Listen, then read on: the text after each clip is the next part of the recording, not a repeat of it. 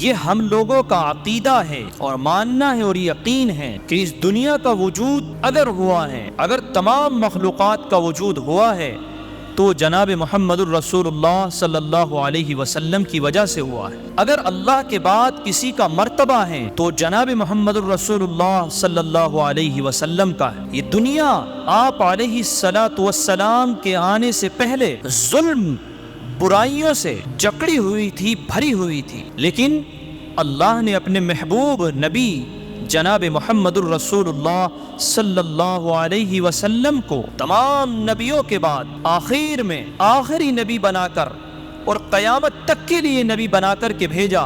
کہ ان کے بعد اب کوئی نبی نہیں آئے گا، اور آپ کو اس لیے دنیا میں بھیجا کہ جائیے اور قیامت تک کے لیے اللہ کے بندوں کو اللہ کا پیغام سنا دیجئے، اور اس دنیا کو جو ظلم سے بھری پڑی ہے آپ ظلم سے پاک کر دیجئے۔ وہ لوگ جو آپس میں ایک دوسرے کے دشمن ہیں، وہ لوگ جو چلتے پھرتے ایک دوسرے کو قتل کر دیتے ہیں، وہ لوگ جو بچیوں کے پیدا ہونے پر عار محسوس کرتے ہیں اور بچی کے پیدا ہوتے ہی گڑھا کھود کر کے زندہ اسی طریقے سے بچی کے اوپر گڑھا کھود کر اور بچی کے اوپر مٹی ڈال کر کے اس کو بند کر دیتے ہیں، کیسے ظالم لوگ ہوں۔ اور یہ تمام دنیا کے اندر رواج تھا، سود کا رواج عام تھا، غریب غربت میں جیتا تھا، اور جس طریقے سے جانوروں کے ساتھ سلوک نہیں کیا جاتا وہ سلوک بڑے بڑے رئیس زادے اور بڑے بڑے شہزادے اور مالدار لوگ انسانوں پر کرتے تھے کہ اگر کوئی انسان غریب ہے، اگر کوئی انسان چھوٹا ہے تو اس کو تو یہ سمجھ لیجئے جینے کا حق ہی نہیں ہوتا تھا۔ جانوروں پر ظلم کم ہوتا ہے لیکن انسانوں پر ظلم زیادہ ہوتا تھا، کہ جس طریقے سے آج زمین کی جتائی کے لیے مشینوں کا استعمال کیا جاتا ہے، اس وقت غریب لوگوں کو زمین جوتنے کے کام میں لایا جاتا تھا اور ان کے کوڑے لگائے جاتے تھے۔ کوئی انسان بول نہیں سکتا تھا، جس کا دبدبا تھا بس وہ جو چاہے من مرضی من موافق کرتا تھا۔ عورتوں کی صورتحال یہ تھی کہ عورت کو تو جینے کا حق ہی نہیں تھا، وہ تو پیدا ہوتے ہی مار دی جاتی تھی، لیکن کیونکہ اللہ کا نظام ہے کہ تمام کے تمام لوگ تو ظالم نہیں ہوتے تھے، چند لوگ جو صحیح مزاج کے ہوتے تھے وہ اپنی بچیوں کو پالتے تھے، پر اس طریقے سے انسانوں کی نسل آگے بڑھتی تھی۔ جب وہ بڑی عورتیں ہو جاتی تھی تو ان کے ساتھ ظلم تب بھی کم نہیں ہوتا تھا، ان کو ناپاکی کے ایام میں بند کر دیا جاتا تھا، ان کو نوکرانی سے بھی بدتر سمجھا جاتا تھا، ان کو مارا جاتا تھا، ذرا ذرا سی غلطیوں پر ان کو گالیاں دی جاتی تھی۔ یوں کہا جاتا تھا کہ تم ہو کیا چیز، ہے کیا تمہاری حیثیت، تمہیں جینے کا حق کیا ہے، یہ ہمارا احسان سمجھو کہ ہم نے تمہیں پیدا ہوتے ہی دفن نہیں کیا، آج ہمارے بلبوتے پر تم زندہ بچ گئی ہو تو تمہاری کیا اوقات ہے کہ تم آنکھ اٹھا کر کے بات کر سکو، غلاموں کی طرح نظریں جھکا کر کے اور ہمارے کام آتی رہو۔ یہ عورتوں کے ساتھ ظلم ہوتا تھا۔ اب آپ تصور کریے، یہ تو بھی چند باتیں ہیں، اگر آپ دیکھیں گے تو اس سے بدتر صورتحال دنیا کی تھی۔ اب ایسے زمانے کے اندر کوئی تو انسان ایسا ہو کہ جو اس جکڑے ہوئے سماج سے نکال کر کے ایک پرسکون سماج کا وجود بخشے۔ دنیا سسک رہی تھی، دنیا دیکھ رہی تھی کہ کوئی ایک ایسا انسان آئے کہ جو اس ظلم سے دنیا کو پاک کر دے۔ اسی طرح کے ظلم سے پاک کرنے کے لیے جناب محمد الرسول اللہ صلی اللہ علیہ وسلم کو اللہ نے دنیا میں پیدا فرمایا، اور آپ علیہ الصلاۃ والسلام کے آنے کے بعد دنیا کے اندر ظلم چھٹنے شروع ہو گئے۔ آپ کی برکتیں ہی بہت تھیں۔ آپ صلی اللہ علیہ وسلم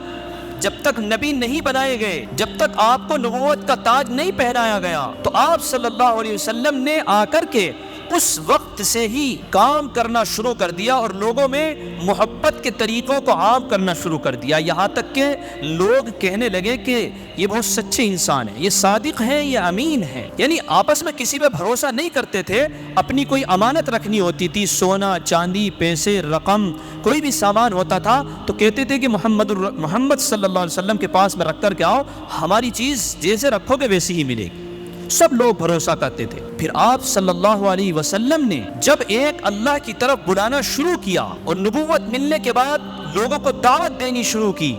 تو لوگ دشمن ہو گئے کہ یہ کیا طریقہ لے کر کے آئے ہیں، کون لوگ دشمن ہو گئے؟ یہ دشمن وہی ہوتا ہے جب آپ کسی مشن کو لے کر کھڑے ہوں، آپ نشہ بند کرنے کے لیے، شراب بندی کے لیے مہم لے کر کے کھڑے ہو جائیے، تو آپ کے دشمن وہ لوگ ہو جائیں گے جن کے کاروبار پہ زد پڑے گی، وہ تمہارے آڑے آئیں گے، تمہیں راستے سے ہٹانے کے لیے طرح طرح کی کوشش کرنے لگے۔ تو جو کوئی بھی سماج کی برائیوں کے خلاف کھڑا ہوتا ہے تو وہ لوگ جو اس طرح کی برائیوں میں ملوث ہوتے ہیں تو سب سے پہلے ایسے لوگوں کے خلاف ہو جاتے ہیں کہ جو اس برائی کے خلاف کھڑا ہوتا ہے۔ کوئی ممبر سے برائیوں کو بیان کرنا شروع کر دے، مارکیٹ کے اندر بیٹھے ہوئے لوگ اگر کسی غلط کام میں ملوث ہوں، سود اور بیاج پر کام چل رہا ہو، تو جو عالم دین اس برائی کو بیان کرنا شروع کر دے گا تو چند لوگ اس کے مخالف ہو جائیں گے۔ اب وہ ایسی کمی تلاش کرنے کی کوشش کریں گے کہ جو نہ بھی ہو تو ان کے اندر نکالنے کے کوشش کرو، ان کو گندا کرو کسی طریقے سے، جب ان کے اوپر وبال آئے گا یہ ٹھنڈے پڑ جائیں گے، ہمارا کام چلتا رہے۔ مخالفت شروع ہو گئی آپ صلی اللہ علیہ وسلم کی۔ کیوں؟ اس لیے کہ جو لوگ اپنا آپ کو ٹھاکر سمجھتے تھے، بادشاہ سمجھتے تھے، پیسے والے تھے، تو جب آپ صلی اللہ علیہ وسلم نے دیکھا، جب آپ صلی اللہ علیہ وسلم نے طریقہ شروع کیا اور کام کرنا شروع کیا تو ان کی چودراہٹ میں فرق آنے لگا، لوگ آپ صلی اللہ علیہ وسلم کے ساتھ مل کر کے انہیں آنکھیں دکھانے لگے۔ تو اب مخالفت تو ہونی ہے بھائی، بڑے پیمانے پر آپ صلی اللہ علیہ وسلم کی مخالفت کی گئی، آپ صلی اللہ علیہ وسلم کے ساتھ جنگیں کی گئی، آپ صلی اللہ علیہ وسلم کو مارنے کا پلان بنایا گیا، آپ صلی اللہ علیہ وسلم پر پتھر مارے گئے، آپ صلی اللہ علیہ وسلم کو دن رات ستایا گیا، بائیکاٹ کر دیا گیا، 2-3 سال تک کوئی کھانے کی چیز ان کو نہ دی جائے، بند کر دیا گیا شعیب ابی طالب۔ کیوں؟ صرف اس لیے کہ آپ صلی اللہ علیہ وسلم ظالموں کے ظلم سے اس معاشرے کو، اس دنیا کو پاک کرنا چاہتے تھے۔ آپ صلی اللہ علیہ وسلم ایک اللہ کی طرف بلانے کے لیے کہ لوگوں یہ دنیا، یہ زندگی مختصر ہے، یہ ختم ہو جائے گی، آخرت کی زندگی اصل زندگی ہے، زندگی اصل وہی سے شروع ہوگی، اور وہاں زندگی کیسے اچھی گزرے گی کہ جب تم یہاں پر جو امتحان کے لیے آئے ہو صحیح زندگی گزارو گے۔ تو آپ صلی اللہ علیہ وسلم نے یہ محنتیں شروع کی، اور آپ صلی اللہ علیہ وسلم نے بچوں کو بھی حق دلائے، عورتوں کو حق دلائے۔ سب سے زیادہ حقوق جو عورتوں کے مارے جاتے تھے جناب محمد الرسول اللہ صلی اللہ علیہ وسلم نے عورتوں کو دلائے۔ آج جو معاشرے میں عورتوں کو عزت کی نگاہوں سے دیکھا جاتا ہے اور بیٹیاں ہونے پر بھی ہم لوگ خوش ہوتے ہیں، یہ صرف اور صرف آپ صلی اللہ علیہ وسلم کی وہ محنت ہے کہ جو انہوں نے پتھر کھا کر کے اور 2-2 سال تک جن کو بند کر کے رکھا گیا، شعیب ابی طالب میں بائیکاٹ کیا گیا، پتے کھا کر کے زندگی گزاری، صرف اس لیے کہ عورتوں کو انصاف مل سکے، عورتیں بھی برابر میں آ کر کے جی سکیں۔ وہ لوگ جو غریب طبقہ ہوتا ہے، جن کو جانوروں سے بدتر سمجھا جاتا ہے، جن کو ہلوں میں جوتا جاتا ہے، جن کو کوڑے لگائے جاتے ہیں، جن کے ٹھوکریں ماری جاتی ہیں، ان کو بھی اللہ نے پیدا کیا ہے، وہ بھی انسان ہیں، جو کالے ہیں وہ بھی انسان ہیں، وہ سب لوگ سکون کے ساتھ اور عزت کے ساتھ زندگی گزار سکیں۔ آپ صلی اللہ علیہ وسلم نے ان سب کے لیے محنت کی۔ آپ صلی اللہ علیہ وسلم کو یہاں دبدبہ قائم کرنے نہیں آئے تھے۔ آج چند لوگ نااہل، بدتمیز، جاہل،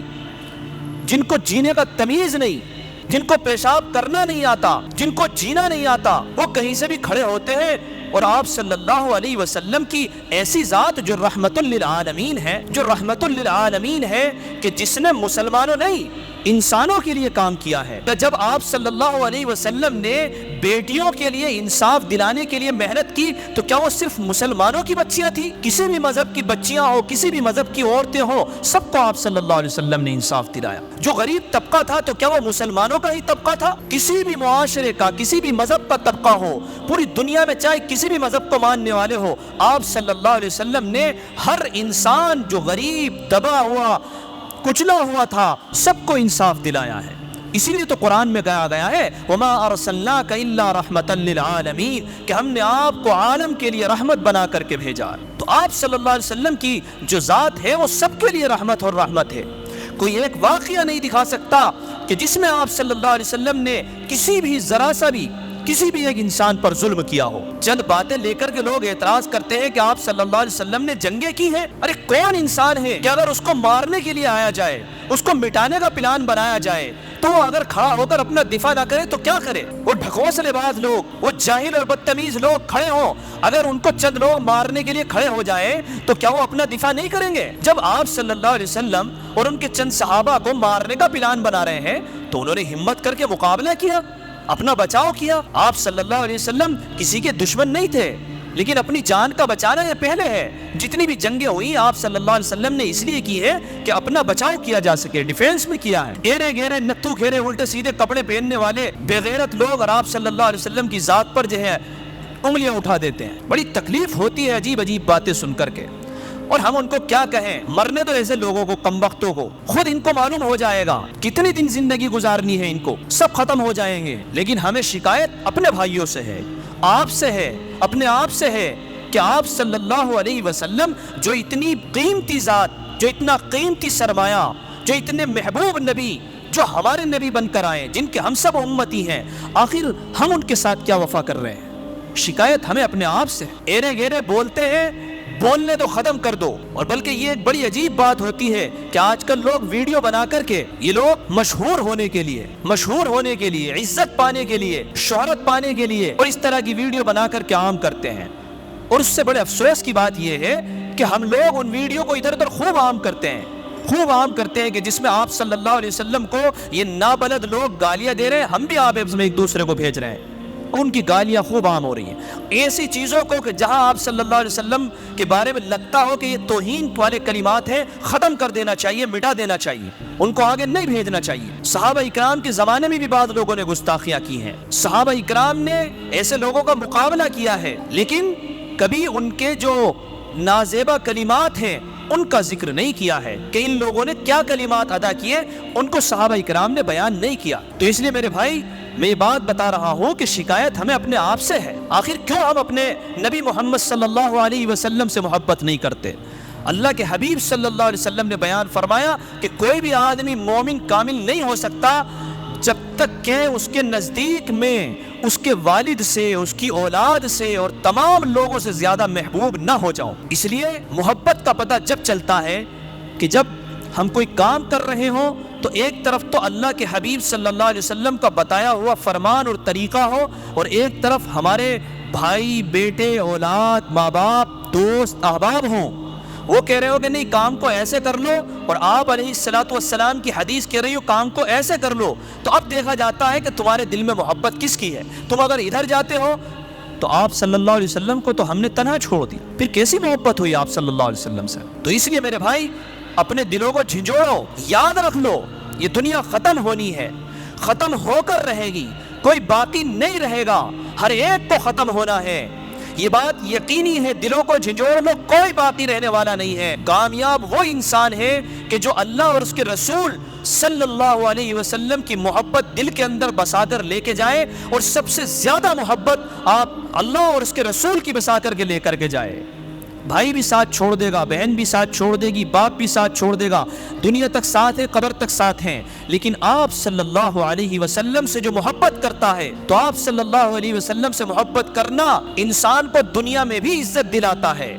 اور آخرت میں بھی عزت دلائے گا۔ تو جہاں دونوں طرح کی کامیابی مل رہی ہو بھائی، دنیا میں بھی کامیابی اور آخرت میں کامیابی، تو چھوڑ دو اپنی غفلت کی چادریں، اتار دو، آپ صلی اللہ علیہ وسلم کی محبت کے دامن سے چمٹ جاؤ، بدل دو اپنا طرز زندگی، آ جاؤ اللہ کی طرف،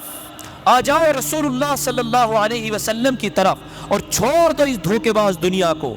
کرو اپنے نبی محمد صلی اللہ علیہ وسلم سے محبت، اور زندگیوں کو سنوار لو، دنیا بھی بنا لو، آخرت بھی بنا لو۔ اللہ تعالیٰ کروڑوں اربوں رحمت نازل فرمائے آپ کے اور میرے حبیب جناب محمد الرسول اللہ صلی اللہ علیہ وسلم پر کہ محمد سے وفا تو نے تو ہم تیرے ہیں، یہ جہاں چیز ہے کیا لوح و قلم تیرے ہیں۔ وآخر دعوانا ان الحمد للہ رب العالمین۔